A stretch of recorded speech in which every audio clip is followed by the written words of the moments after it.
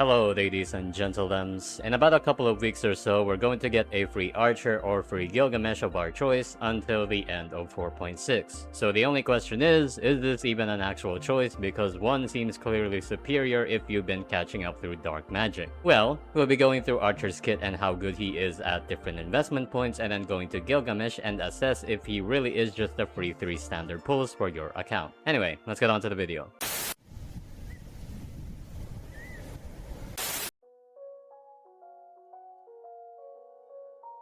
First, we have Archer. Archer was released for free during version 3.4 and from the very start was absolutely destroying everything in his path. Quantum weakness content got melted, non-quantum weakness content also got melted, mono rem shield was vaulted over, and only the devil named elation shield and heavy quantum resmex were the only ones really able to slow him down. By the absolute unbiased grace of the devs, this would not have been possible without constantly getting updates that came for free, like DHPT, Sparkle's Nova Flare, and now an Archer eidolon. Rin Tosaka's release gives Archer the long-awaited third slot, which puts his team at its absolute prime. Due to the number of free updates Archer has, and for the amount of results he brings, one can consider him a flagship unit at this point, with how inexpensive his team is and how incredibly strong it is for the price. I am not joking when I say that I've used Archer every single anomaly arbitration, and he was putting in more work at less cost than a concerning amount of other teams. He is genuinely insane for how much Hoyo have glazed him in the meta. Nevertheless, Archer has felt like he was falling off very recently due to the elation matchups and enemy HP really not favoring him. So does that mean Archer needs eidolons to be truly valuable as a free character nowadays?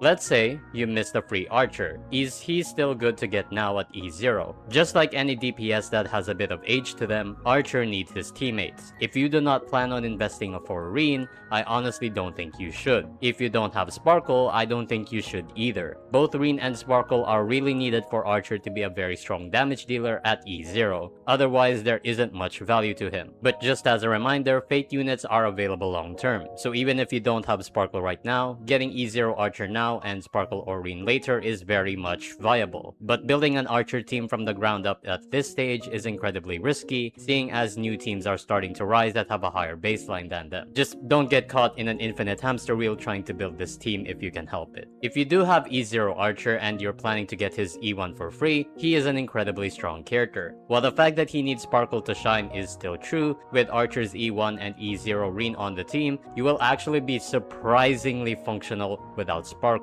And if you do have Sparkle already, this is a no-brainer. Due to elation shield and general HP inflation, Archer is starting to rely on his E1 more. So while it might seem like overkill now to get his E1, this is a very strong eidolon, especially in matchups that have AoE like Flame Reaver, where having more consistent arrows can mean a 3-star or not clearing the stage at all. Because Archer's E1 started to become a baseline investment after elation shield and general HP inflation, it is fairly possible you're now getting a free E2 Archer. Archer's E2 can range from irreplaceable to a pretty whatever upgrade. On the most extreme ends, it allows Archer to brute force Apocalyptic Shadow without quantum weakness that he otherwise won't be able to do anything against. In any other situation though, it's around a 16% damage increase, sometimes less if the enemies already have quantum weakness. It's definitely not an eidolon that is comparable to even some 3.x units, and it's definitely niche, but hey, if you don't have a choice, you might as well. This doesn't change the sentiment from Archer's E1 that Archer still needs both Rin and Sparkle to truly shine, but he only really needs Rin at E0 to be somewhat usable, at least for the very near future. After Archer's E2, nothing else really matters for Archer's personal eidolon investments. E0 Rin as a whole character genuinely brings more value to Archer than his own E6, which should tell you all you need to know after this point. The only real jumps to Archer are E1 and E2, with E2 being slightly less potent.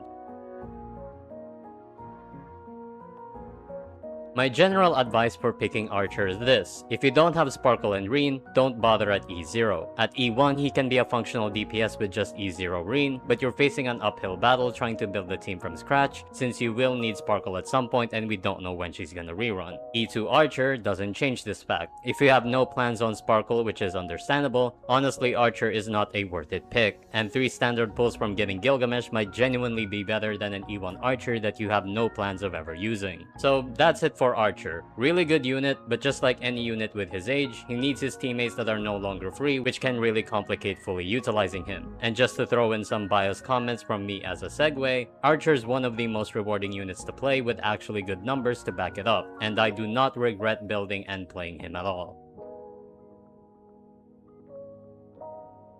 Now it's time to talk about Gilgamesh. Oh boy. As you probably read from the thumbnail, the popular opinion is that he is a Gilgamesh. Is he a Gilgamesh though? Well, let's find out. Gilgamesh is a saber sub DPS and really nothing else. His main mechanic revolves around interest. To get interest, your team has to ult or do an attack. Pretty simple, right? Each point of interest makes Gilgamesh faster and stronger. And at enough interest, he can use his skill to flush all of his interest. The skill hits pretty okay, I guess. But the main source of Gilgamesh's damage is not his skill, but Enuma Elish, which does hit pretty hard in single target and even AoE. The frequency Gilgamesh gets Enuma Elish isn't abnormally fast or slow though, so it's just kind of okay, I guess. He also has a joint follow-up attack with Saber that hits decently hard and gives Saber a lot of energy, but gate kept under an 8 attack restriction on Saber and Gilgamesh, which is honestly very stinky of them to do. Because of its lack of frequency, we're definitely going to see unreachable side and 1% memes due to how bursty the team is on its own. Gilgamesh does have buffs to the party, but they are so restrictive that it basically only makes a difference on Saber and I guess Aglaya. But it's not like Aglaya's clear speed is going to be improved significantly enough to fix her issues. There's also Evanesia, and despite EMC being a fraud, Evanesia somehow still prefers EMC just because Gil really isn't that good with just his buffs. Gilgamesh does functionally work in the Ashblade team, but that is clearly not going to be for long, and even then he's a side grade to E1 Tribi, and that's only because E1 Tribi gets bricked energy-wise in single target, which is such a rare matchup that it isn't even considered a real scenario, and Ashvale is pretty much hurt without AoE in the first place. Either way, Gilgamesh is just meh at everything, with his only real shining performances concerning Saber. He is legitimately strong enough for Saber to be actually usable and actually make her feel new again. But I do have to warn you about this in the form of a cautionary tale.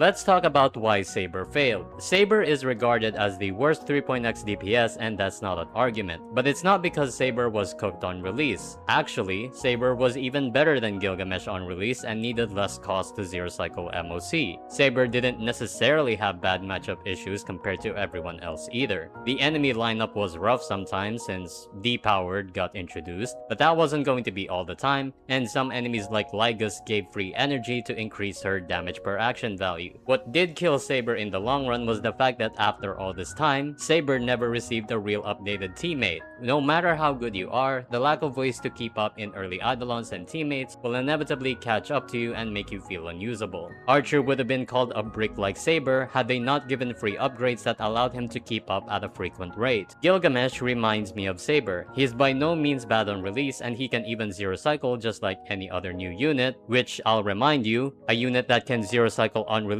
ranges from Cyrene and Archer to Saber and Jiao Cho. But whether or not he gets buffs on the Saber team is so hard to gauge, and his current power level is very questionable. If you compare Saber and Gilgamesh to other teams in the meta, Himiko has an even more incomplete team, and Himiko is much more competent than Saber and Gilgamesh at the same cost. Elation is more competent than Saber Mesh without a dedicated sustain. Ashblade is more competent than Saber Mesh without a main DPS. If you really want to argue that he's free, Archer stomps him in practically everything with much better returns at the same cost and a clear future. It's not looking very good. Even if a future character like Robin Samaretto does buff the Gilgamesh team, it's very likely Robin pushes a much stronger team like Mono Remembrance or even Himiko.